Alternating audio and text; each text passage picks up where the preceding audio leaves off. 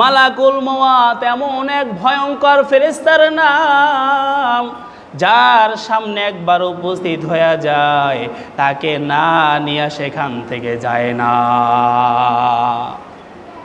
পৃথিবীর সর্বশ্রেষ্ঠ মহামানব আল্লাহ রাব্বুল আলামিনের সবচাইতে পছন্দের মানুষ, তার প্রিয় বন্ধু মুহাম্মদুর রাসূলুল্লাহ সাল্লাল্লাহু আলাইহি ওয়াসাল্লাম, তাকেও মৃত্যুবরণ করতে হয়েছে। মৃত্যুর স্বাদ তাকেও ভোগ করা লাগছে। দুনিয়ার ভিতরে সবচাইতে আরামের মৃত্যু ছিল, শখের মৃত্যু ছিল হযরত ইদ্রিস আলাইহিস সালামের। বলে এই মৃত্যুর কষ্ট কত বেশি ছিল।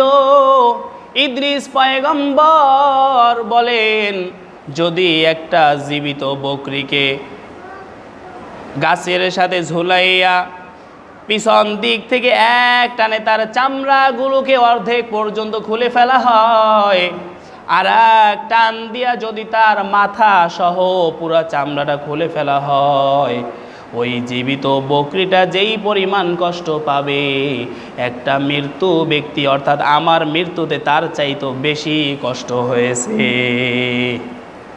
একজন পয়গম্বর তিনি মৃত্যুবরণ করছিলেন শখ করে। আজরাইল কয়, আল্লাহ আমি তো কারো সাথে দোস্তি পাতাইতে চাই না, তোমার নবী ইদ্রিস নবীকে আমার ভালো লাগে, তার সাথে আমাকে একটু দোস্তি বানাবার অনুমতি দাও, আমি তার সাথে একটু বন্ধুত্ব করি, দোস্তি পাতাই। আল্লাহ বলেন, যাও, দোস্তি পাতাবার অনুমতি দিলাম। আজরাইল আলাইহিস সালাম এবার ইদ্রিস নবীর সাথে দোস্তি পাতায়।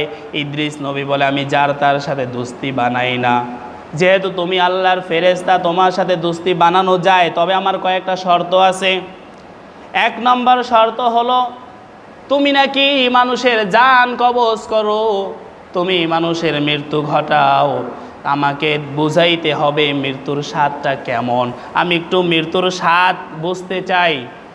তুমি আমাকে আগে মৃত্যুর স্বাদটা বোঝার মতো সুযোগ করে দাও।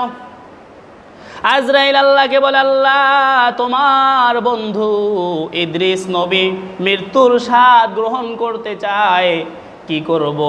আল্লাহ বলেন, অনুমতি দিলাম, তুমি তার জানটাকে কবজ করে নিয়ে যাও, আবার রুহটা তার ভিতরে ফিরাইয়া দিও। আজরাইল ঠিক একই কাজ করলেন। ইদ্রিস নবীর রুহটাকে যখন টান দিয়া বের করলেন, ইদ্রিস নবী মারা গেলেন। কিছুক্ষণ পরে আবার রুহটা ফিরাইয়া দিলেন। ইদ্রিস নবী এবার যখন জীবিত হয়ে গেলেন, আজরাইল বলে, আপনাকে তো মৃত্যুর স্বাদ বুঝাইলাম, এখন আপনি আমার সাথে বন্ধুত্ব করেন, দোস্তি পাতান। বলে, না, আমার আরও 2টা শর্ত বাকি আছে। বলে, এই যে মৃত্যুর স্বাদ গ্রহণ করলেন, কেমন বুঝলেন? তিনি বললেন, ওই যে একটা জীবিত বকরি যদি তার গায়ের থেকে চামড়া খুলে ফেলে, যেই পরিমাণ কষ্ট আমি মনে করেছি আমার তার চাইতো বেশি কষ্ট হয়েছে। শখ করে মারা গেছে। আমার আরেকটি শর্ত হলো, আমাকে একটু জাহান্নামের চারপাশ ঘুরাইয়া দেখাইতে হবে, কারণ জাহান্নামের শাস্তি খুবই ভয়ঙ্কর। ওই জাহান্নামকে আমার একটু দেখতে মনে চায়।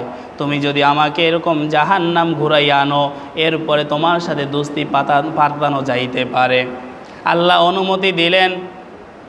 ইদ্রিস নবীকে জাহান্নামের চতুর্পাশ ঘুরাইয়া দেখানো হলো, অত্যন্ত ভয়ঙ্কর।